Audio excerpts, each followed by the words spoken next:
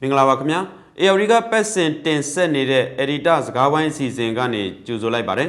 ်ဒီတစ်ပတ်မှာတော့6လတက်တန်းတိုးတော့တာမန်အခြေအနေပြန်ရောက်မှလားဆိုတဲ့ခေါင်းစဉ်နဲ့ကျွန်တော်တို့ဆွေးနွေးသုံးသပ်သွားကြမှာဖြစ်ပါတယ်ကျွန်တော်ကတော့ AOD မြန်မာပိုင်း editor ကြော်ခပါကျွန်တော်နဲ့အတူတူဆွေးနွေးမဲ့သူကတော့ AOD ရဲ့ editor ချုပ်ကိုအောင်စောဖြစ်ပါတယ်ကောင်းစောမင်္ဂလာပါမင်္ဂလာပါကိုကျော်ကခုဆိုလို့ရှိရင်မြန်မာနိုင်ငံကိုစစ်တပ်ကအဓမ္မအာဏာသိမ်းလိုက်တာ3နှစ်ပြည့်သွားပြီဖြစ်ပါတယ်ဆိုတော့ဒီစစ်ကောင်စီကသူတို့ရဲ့ဒီ6လတက်တန်းကိုဆက်ပြီးတိုးလိုက်တာကိုတွေ့ရတယ်အကြောင်းပြချက်ကတော့တာမန်အခြေအနေမဟုတ်ဘူးဆိုတဲ့အကြောင်းပြချက်ပေါ့လေဆိုတော့ဒီ6လတက်တန်းဆက်တိုးတော့ရောအခုဆိုလို့ရှိရင်9ချိန်မြောက်ဖြစ်သွားပြီပေါ့လေတိုးလိုက်တဲ့အခါကျတော့ရောတာမန်အခြေအနေကိုရောက်မှလားဒီပေါ်ဘယ်လိုမြင်လဲကောင်စောအနေနဲ့ဟုတ်ကဲ့ကိုကျော်ကကျွန်တော်မြင်တာကတော့ဒီ6လတက်တန်းတိုးရဲဆိုတာကတော့နောက်ကိုပြန်ဆုပ်လို့မရတော့ဘူးနောက်ကိုပြန်မဆုပ်တော့ဆိုတဲ့လက္ခဏာလို့ကျွန်တော်မြင်တယ်အဲ့တော့6လတက်တန်းတိုးတာ9ခါရှိပြီဆိုရင်ကျွန်တော်တို့ကအာနာသိန်းနဲ့3နှစ်ပြည့်ခဲ့ပြီပေါ့လေနော်ဆိုတော့3နှစ်အတွင်းမှာတိုင်းပြည်ဘာဖြစ်ခဲ့လဲကျွန်တော်တို့အသက်တွေက3နှစ်ပိုကြီးသွားတယ်ဒါပေမဲ့တိုင်းပြည်ရဲ့အခြေအနေကတော့နောက်နှစ်ပေါင်း30နောက်ကိုပြန်ရောက်သွားတယ်အဲ့ဒါကိုကျွန်တော်တို့နားလဲလို့တယ်အခုမကြာသေးခင်ရပဲဒီနှစ်3နှစ်ပြည့်တဲ့အချိန်မှာUN အပါဝင်အဖွဲ့အစည်းတွေကထုတ်တဲ့အစီရင်ခံချက်တွေအဆိုအရဆိုရင်တော့လူပေါင်း18တန်းနီးပါးလောက်က humanitarian assistance လို့ခေါ်တယ်လူသားချင်းစာနာမှုအကူအညီတွေလိုအပ်နေတယ်မြန်မာပြည်မှာလူပေါင်း2တန်းနဲ့6တန်းရအိုးမဲအိမ်မဲတွေနဲ့အိမ်ကနေစွန့်ခွာထွက်ပြေးခဲ့ကြရတယ်ဆိုတဲ့ report ကိုကျွန်တော်တွေ့ရတယ်2000လောက်ရှိတဲ့နိုင်ငံရေးအကျဉ်းသားတွေအထဲမှာရှိနေထောင်ထဲမှာရှိနေစေဖြစ်တယ်တိုင်းပြည်မှာကျွန်တော်တို့ဟာလာအရင်တုန်းကဦးသိန်းစိန်ခေတ်တော်ဆန်းစုကြည်တို့ခေတ်မှာကျွန်တော်တို့မှာရှိခဲ့တဲ့လွတ်လပ်ခွင့်တို့လူခွင့်ကိစ္စတို့တရားမျှတမှုကိစ္စတို့ပြီးတော့ rule of law လို့ခေါ်တဲ့တရားဥပဒေစိုးမိုးမှုတွေဆိုတာတွေကဒီနေ့3နှစ်အတွင်းမှာကြောက်ကြောက်ငှက်ပြောက်ပျောက်သွားတာကိုကျွန်တော်တို့တွေ့ရတာဖြစ်ပါတယ်ဆိုတော့ကျွန်တော်တို့ဒီအာနာသိမ်းမယ်ဆိုတဲ့အချိန်မှာပဲကျွန်တော်တို့ဒီ editorial talk ကနေပြောခဲ့တာရှိပါတယ်ဂျာမီဆွဲတယ်ဆိုတဲ့စကားကိုကျွန်တော်သုံးခဲ့တယ်ဒီနေ့3နှစ်ပြည့်တဲ့အချိန်မှာဒီဂျာမီဆွဲဆိုတဲ့စကားမှန်တယ်လို့ပြောရမှာပေါ့နော်နောက်တစ်ခုကလည်းအာနာသိမ်းပြီးတဲ့နောက်ပိုင်းမှာကျွန်တော်တို့ editorial talk မှာပဲအချိန်ပေါင်း10ချိန်15ချိန်နဲ့မနေ့ထည့်ပြောခဲ့တာပါလဲဆိုတော့ဒီအာနာသိမ်းမှုကမအောင်မြင်ဘူးဆိုတော့ကျွန်တော်ထည့်ပြောခဲ့တာဖြစ်ပါတယ်ဆိုတော့ကျွန်တော်တို့အဲ့ဒါတွေ recall လုပ်ကြည့်မယ်ဆိုရင်တော့ဒီနေ့ဒီအချိန်မှာလဲ3နှစ်ပြည့်မြောက်တဲ့အချိန်မှာအာနာသိမ်းမှုကမအောင်မြင်ဘူးဟလာအခုအခြေအနေကို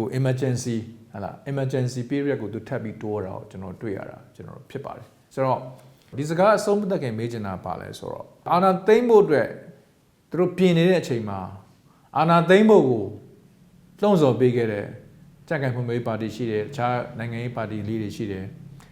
ပြီးတော့ပညာရှင်ဆိုသူတွေရှိတယ်ပြီးတော့ခရိုနီတထေးကြီးတွေရှိတယ်ဒီ3နှစ်ပြည့်တဲ့အချိန်မှာသူတို့ကတော့ဘယ်မဲကုန်းနေဘယ်လိုမဲကုန်းမျိုးကိုမေးနေလဲဆိုတော့ကျွန်တော်သိချင်တယ်တကယ်ပြန်ကြည့်မယ်ဆိုလို့ရှိရင်စစ်တပ်ကဒီပြည်သူလူထုတွေရဲ့မဲနဲ့အပြတ်သက်အနိုင်ရရှိထားတဲ့ NLD ကိုဒီမဲမတမာမှုနဲ့ဆိုပြီးတော့ဒီ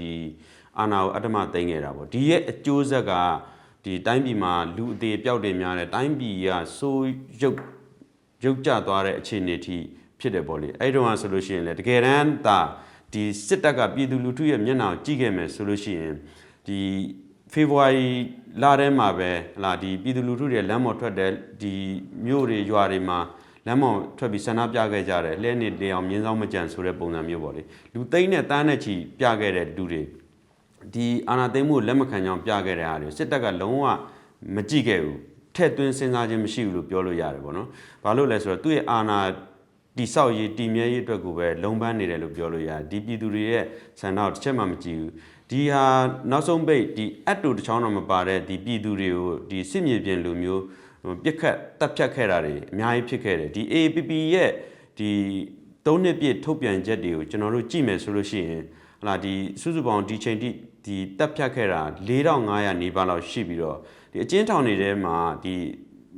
ီဖမ်းဆီးထိန်းသိမ်းခဲ့တာတွေကိုကြည့်မယ်ဆိုလို့ရှိရင်အခုချိန်ထိ2000လောက်ရှိနေတာကိုကျွန်တော်တို့တွေ့ရတယ်နိုင်ငံရေးနဲ့ပတ်သက်တဲ့အမှုပေါင်းပေါ့ဟုတ်ပါ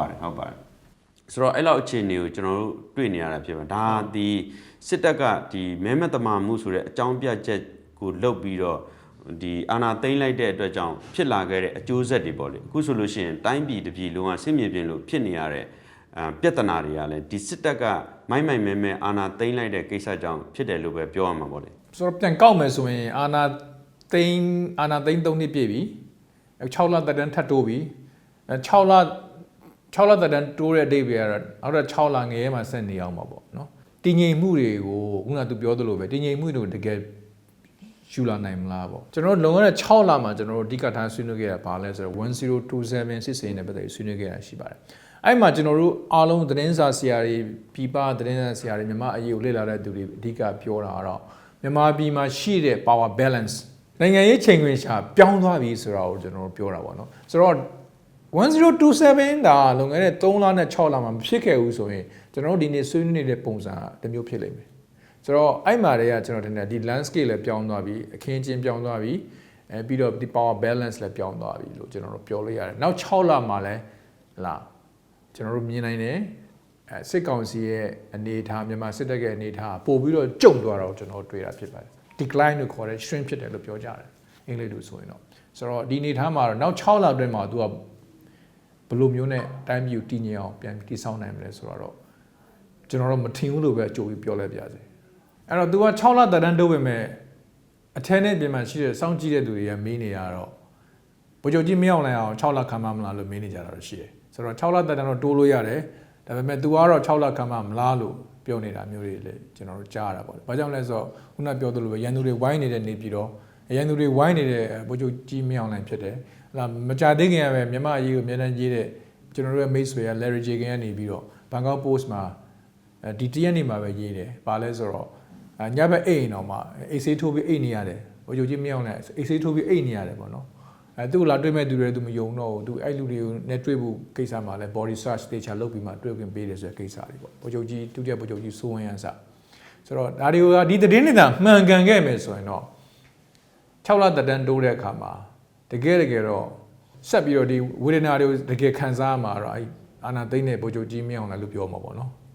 ်ဟုတ်ကဲ့ဒီ6လသက်တမ်းထပ်တိုးတဲ့ဆိုကြတဲ့အခြေအနေမကောင်းလို့တိုးရတဲ့အခြေအနေလို့ပြောလို့ရပါဗောလေစစ်ကောင်စီအနေနဲ့တကယ်တမ်းကျတော့ဒီ6လသက်တမ်းတိုးတဲ့ကိစ္စကလည်းဥပဒေနဲ့ညီသလားဆိုတာကိုဒီဥပဒေပညာရှင်တွေကထောက်ပြနေတာရှိတယ်။ဘာကြောင့်လဲဆိုတော့ဒီအာဏာသိမ်းပြီးတဲ့အချိန်မှာတစ်နှစ်ယူလိုက်တယ်ပြီးတော့6လသက်တမ်း2ကြိမ်တိုးခွင့်ရှိနေတဲ့အခြေအနေကနေပြီးတော့မှ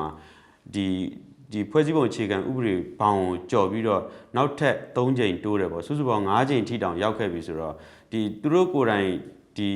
ရေးဆွဲထားတဲ့သူတို့ကိုယ်တိုင်လိုက်နာမယ်လို့ပြောထားတဲ့2008ဖွဲ့စည်းပုံအခြေခံဥပဒေကိုသူတို့ကိုယ်တိုင်အခုချိန်ဒီလိုသုံးပြီးတော့ဖြက်စီးနေတယ်လှုပ်ချင်တယ်လို့လုပ်နေတယ်ဆိုတဲ့ပုံစံမျိုးဒီဥပဒေပညာရှင်တွေထောက်ပြနေတာလည်းရှိပါတယ်နောက်ထပ်ပြောချင်တာကတော့ဒီ6လတက်တန်းတိုးတဲ့ကာလမှာဘာလုပ်မလဲပေါ့နော်ဒီသူတေတီတွေကနေပြီးတော့နိုင်ငံရေးသူတေတီတွေချို့ကပြောတာကြတော့ဒီ6လတက်တန်းတိုးတဲ့ကာလမှာစစ်ကောင်စီကမဖြစ်မနေဒီရွေးကောက်ပွဲကိစ္စကိုကြိုးပမ်းလိုက်မယ်လို့သုံးသပ်နေကြတွေ့တယ်ဆိုတော့ဒါနဲ့ပတ်သက်ပြီးဘယ်လိုသဘောရလဲကောင်းဆုံးအနေနဲ့ရွေးကောက်ပွဲလို့ပြောပြန်ပြီလားပေါ့နော်ဆိုတော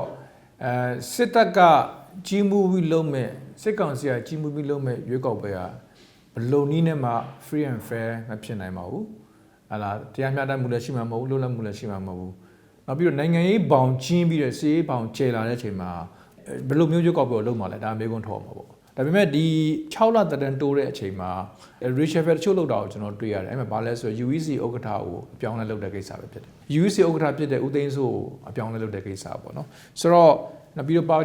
တီမှတ်ပုံတင်ဥပဒေကိုပြင်ဆင်တာကျွန်တော်တို့တွေ့ရတယ်စစ်ကောင်စီဘက်ကတော့ရွေးကောက်ပွဲကိုမဖြစ်အောင်အတင်းတွန်းလုပ်ချင်နေတဲ့သဘောကိုကျွန်တော်တို့တွေ့ရတယ်ဒါပေမဲ့လက်တွေ့မြေပြင်အနေထားဆိုတော့နိုင်ငံရေးဘောင်ကျင်းလာတဲ့အချိန်မှာဒီရွေးကောက်ပွဲကိုဘယ်လိုကျင်းပလို့ရမလဲဒါမှဖြစ်နိုင်လို့ထင်ပါတယ်ဟုတ်ကဲ့ကြည့်မယ်ဆိုလို့ရှိရင်လည်းဘယ်နေရာမှာသွားပြီးတော့ရွေးကောက်ပွဲလုပ်မလဲဆိုတော့မိကွန်းလည်းထွက်လာမှထင်ပါတယ်။ဘာကြောင့်လဲဆိုတော့အခုက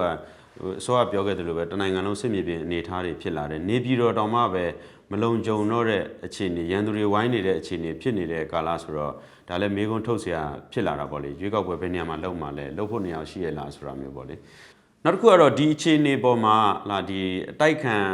ံနိုင်ငံရေးဖွဲ့စည်းတွေလာဒီလက်နက်ကင်ဖွဲ့စည်းတွေဘယ်လိုတုံ့ပြန်မလဲဆိုတော့မိကွန်းလည်းရှိလာတယ်ဘာလို့လဲဆိုတော့လာဒီလောလောဆယ်နိုင်ငံရေးအရပြောဆိုမှုတွေဒီတုံ့ပြန်မှုတွေကိုကျွန်တော်ကြားရတယ်လို့ဒီစစ်ရေးအရလည်းဒီ2024ခုနှစ်ထဲမှာပို့ပြီးတော့စစ်ကောင်စီအနေနဲ့ပို့ပြီးတိုက်ခိုက်ခံရမယ်ရင်ဆိုင်ရလိမ့်မယ်လို့ဒီ မြင်နေရတဲ့အခြေအနေတွေရှိတယ်ပေါ့လေဆိုတော့ဒါနဲ့ပတ်သက်ပြီးလဲသုံးသပ်ပါအောင်ပေါ့နော်အတိုက်ခံတွေကဘယ်လိုတုံ့ပြန်မလဲဆိုတော့မပြောခင်မှာအခုအာဏာသိမ်းတာ3နှစ်မြောက်တဲ့နေ့မှာပဲအနောက်နိုင်ငံအစိုးရတချို့ကနေပြီးတော့ US UK ပါတာပေါ့နော်အဓိကနေပြီးတော့သူတို့ကနေပြီးတော့economic sanction ဆက်လုပ်တာတွေကျွန်တော်တွေ့ရတယ်ဒီတရက်နေ့မှာပဲ US ကနေပြီးတော့ရွှေပြိုင်းမှုကုမ္ပဏီကိုအရေးယူဆောင်ရွက်တာတွေကျွန်တော်တွေ့ရတယ်နိုင်ငံတော်ပိုင်မြန်မာကျန်ကောင်းမအကြောင်းကုမ္ပဏီကိုရေးယူတာတွေကျွန်တော်စတွေ့ရတယ်ပေါ့နော်ဒါတွေကတော့အနောက်နိုင်ငံနဲ့လာတဲ့အကန့်အသတ်နဲ့လုပ်တဲ့အရေးယူမှုတွေပေါ့နော်ကျွန်တော်မြင်တာကတော့ဒီနိုင်ငံတကာအနေနဲ့အရင်တုန်းကလိုပဲလုပ်ခဲ့တဲ့တကယ်ပိုပြီး broad ဖြစ်တဲ့ sanction တွေနဲ့ဒီစစ်ကောင်စီကိုပို့ပြီးတော့စစ်ကောင်စီနဲ့သူ့ရဲ့အပေါင်းပါတွေကိုပို့လုပ်တင်တယ်လို့ကျွန်တော်ထင်တယ်ဒါကျွန်တော်ပြောချင်တာပေါ့နော်ဒါအပြင်ဒီအိန္ဒိယနိုင်ငံတွေရောဒီ6လအခြေအနေကိုအိန္ဒိယနိုင်ငံတွေဆိုတဲ့အခါမှာလဲအထူးသဖြင့်တရုတ်ပေါ့နော်ဒီ1027စစ်စိန်နောက်ပိုင်းမှာတော့တရုတ်ကဩဇာအာဏာမြန်မာပြည်မှာရှိတဲ့အဖွဲ့အစည်းတွေတော်များများမှာပို့ပြီးတော့လွှမ်းမိုးလာတာကျွန်တော်တို့တွေ့ရတယ်ဖြစ်တယ်ဆိုတော့တရုတ်ကလည်းဒီ6လသက်တမ်းအတွင်းမှာသူ့ဘက်ကရောဘယ်လိုခြေလှမ်းနဲ့လှမ်းမလဲဆိုတာလဲတစ်ချက်ကျွန်တော်တို့ကြည့်ရမယ်လို့ကျွန်တော်ထင်တယ်ဆိုတော့ခုနမေးခွန်းပြန်သွားမယ်ဆိုတော့အတိုက်ခံတွေကဘာလုပ်မလဲဆိုတော့ကျွန်တော်ထင်တယ်ဒီ6လသက်တမ်းအတွင်းမှာအတိုက်ခံတွေဘက်ကလည်းတက်ကုန်ရွက်ကုန်ပေါ့နော်စစ်စင်ရေးတွေပို့ပြီးလှုပ်လာနိုင်တယ်ကျွန်တော်တို့ခုန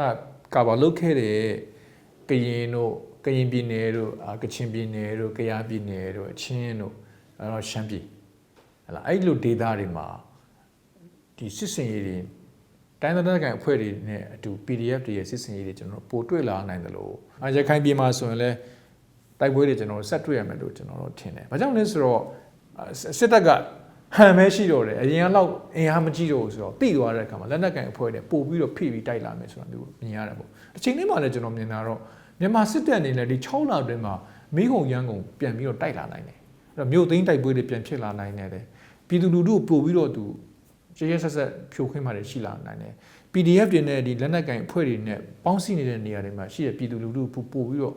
ဒုက္ခရောက်လုံးပါတယ်ကျွန်တော်တို့တွေ့လာမယ်လို့တော့ကျွန်တော်ကထင်တယ်အဲ့လိုမျိုးဖြစ်လာနိုင်တယ်ဆိုတာကိုလည်းအခုသတင်းစာတွေကကြိုပြီးခံမှန်းပြီးရေးနေတာတွေ့ရတယ်သူကနောက်ဆုံးအချိန်မှာသူရဲ့နောက်ဆုံးအချိန်မှာလို့ပြောလို့ရမှာပေါ့နော်သူရဲ့နောက်ဆုံးအချိန်မှာသူကရဲဆက်သူလှုပ်ဖို့ပြင်ထားတယ်မိကုံရန်ကုန်လှုပ်ဖို့ပြင်ထားတယ်ဆိုတဲ့သုံးသက်ချက်ရှိတာကျွန်တော်တွေ့ရပါတယ်ဟုတ်ကဲ့မှန်ပါတယ်ဒီကျွန်တော်တို့မြေပြင်သတင်းတွေအခြေအနေတွေကိုအားလုံးကြည့်မယ်ဆိုလို့ရှိရင်လည်းဟလာဒီ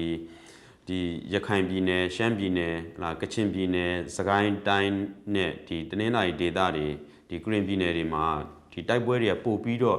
ဒီကြီးထွားလာနိုင်တယ်ပို့ပြီးတော့စခန်းသိမ်းတိုက်ပွဲတွေနေမြေဆိုးမှုတွေကပို့ပြီးတော့အားကောင်းလာနိုင်တယ်တိုက်ပွဲတွေပိုကြီးလာနိုင်တယ်ဒီအခြေအနေတွေနဲ့ဒီတော်လှန်ရေးအဖွဲ့အစည်းတွေတိုင်းသားလက်နက်ကိုင်တွေဘက်ကနေပြီးတော့စစ်ကောင်စီကိုဖြုတ်ချဖို့စ조사လိုက်မယ်ဆိုတဲ့အခြေအနေတွေကိုကျွန်တော်တို့ဒီ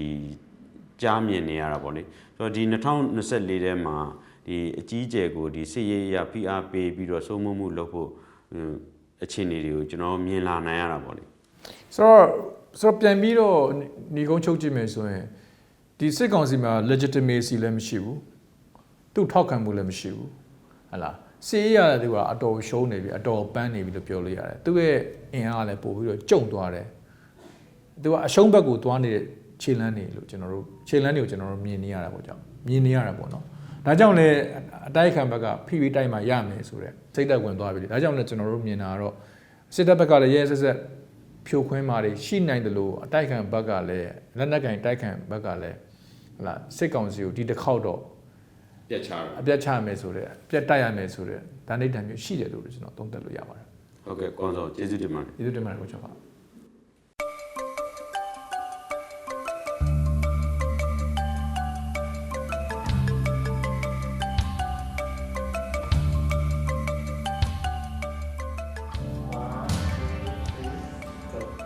ပေါ်တော့မလာပါအကြည့်လို့ခံနိုင်တော့ဘူးကြောက်မျောလင်းနေတဲ့ပိတ်တဲ့ဒီကများပြန်လာပြီဘုဒ္ဓလောကတော့ကျွန်တော်တို့ကြောက်တင်းတူးတဲ့တရုတ်ကြီးကြောက်ခေါ်ပြီးကျွန်တော်တို့ပြုလုပ်ရတာဖြစ်ပါတယ်ဒီကခေါ်ပြီးသွားတဲ့အချိန်မှာလော်မိုင်းတစ်ခေါက်